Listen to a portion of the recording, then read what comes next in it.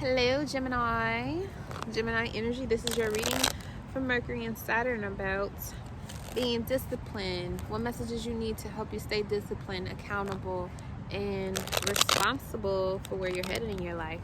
We have the new moon in Leo going on tomorrow. So this is a good time to start planting new seeds. While I'm recording this, it will be tomorrow. And that sextile is an opportunity for you, Gemini, for your awareness and wherever we have Gemini placed in our chart to start, building new and better ideas with the North Node being in Gemini. We're all building new ideas from our own perspective of what we've learned so far. Two of Cups I just seen that we actually want to do. We learn about the things that we want to do and going after them. And it's the opportunity for you to do that too, Gemini energy. Wherever you have Gemini in your chart, this reading can resonate for you. If it doesn't apply, let it fly. Thank you for stopping by. Okay, so let's get into your reading, Gemini. So what message in the past Gemini needs to know about discipline, accountability? Okay, we got the Seven of Swords, moon in Aquarius. So maybe the full moon, 1 degree, that conjunct the December 2020 aspect gave us a truth. Sorry about that.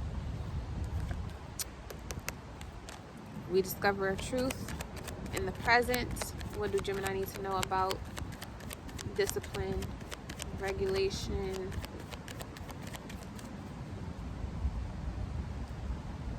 Excuse me. What does Gemini need to know about accountability?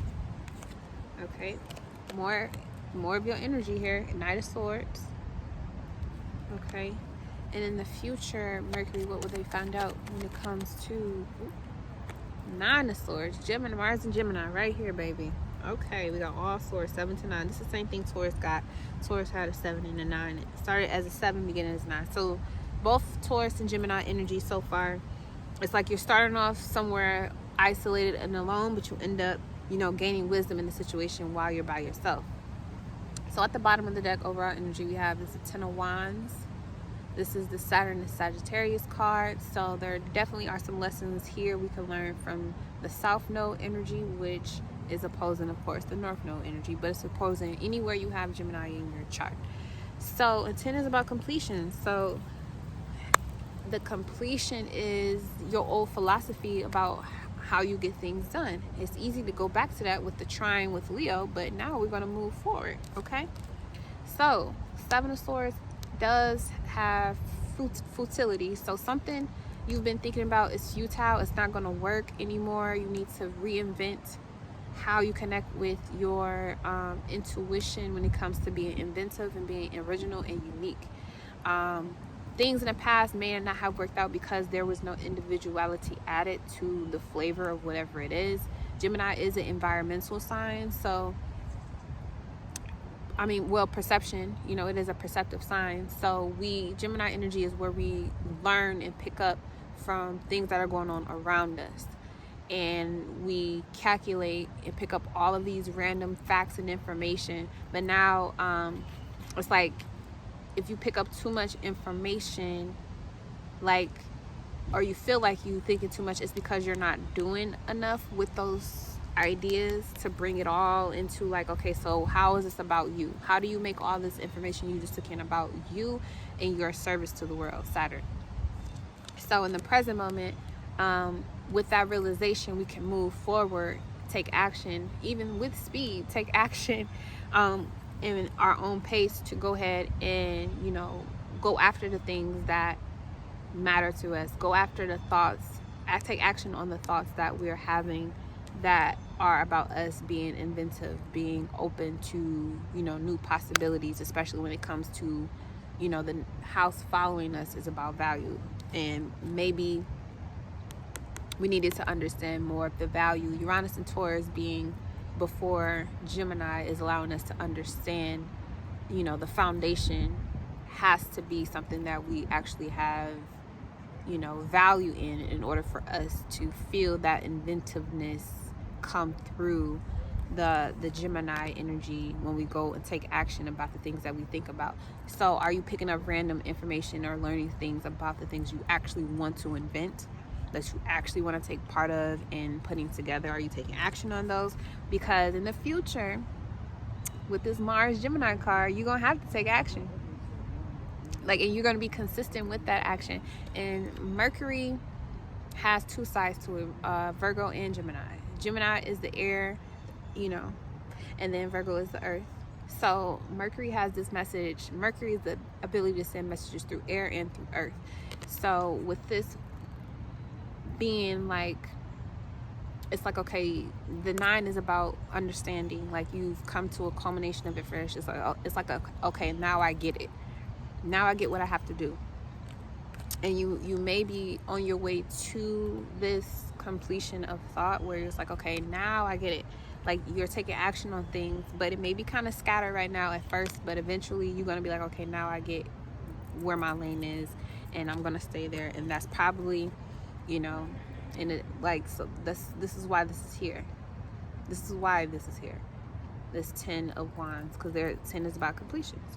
So overall, you are completing the process of understanding how you may have limited yourself due to certain philosophies about life, and how they may have been futile in the past because it didn't fit you as an individual. But now you're starting to get a pace going after that first full moon. Your second full moon, you'll be like, okay, now I'm on my money. Now I know where I'm going. Now I know, like, things are going to start coming together better for you than it may have in the past. The more you put your uniqueness into something, the better it's going to work out for you. That's pretty much what I'm getting for you, Gemini. So let's get a message here. Okay, what message do we have for Gemini? One card, please. One card message for Gemini. One card message for Gemini regarding responsibility, accountability, and discipline. Okay, so I got two, but this is the one I fell in my lap. So I'm gonna just show you them both, but I'm gonna only read one. So we got corn and bear. Okay, this is the one that fell in my lap though. So I'm gonna take this one. But basically, this card talks about basically what you reap is what you sow. What you reap is what you sow. So yeah, let's read this one, and then I'm out of here. On to the next one. Harvest, Jack of Diamonds, jackpot, earth. Corn has long been a symbol of fertility and abundance. This card tells of harvesting the seeds you've planted, the conclusion of a season of hard work and focus. It's time to reap the rewards and celebrate. It can also allude to an offering for one's ancestors, sweet treats to symbolize the sweetness of the life they've given you, to show gratitude for their loving presence and work in your life. The shadow side of this card is the reminder that you reap what you sow, and if you haven't sown what was to your benefit, you reap the consequences. So that is your reading, Gemini. Underneath we have the World card, so in the Tower. So yeah, it's like boom, boom, boom. Things are definitely on a big change for you. Probably have been for a while with this North Node transit that's going to end in January. So keep up the good work, Gemini energy. Okay. Thank you so much for tuning in. Talk to you later. Trying to find the significance of what you mean. Break through glass cages inside of me.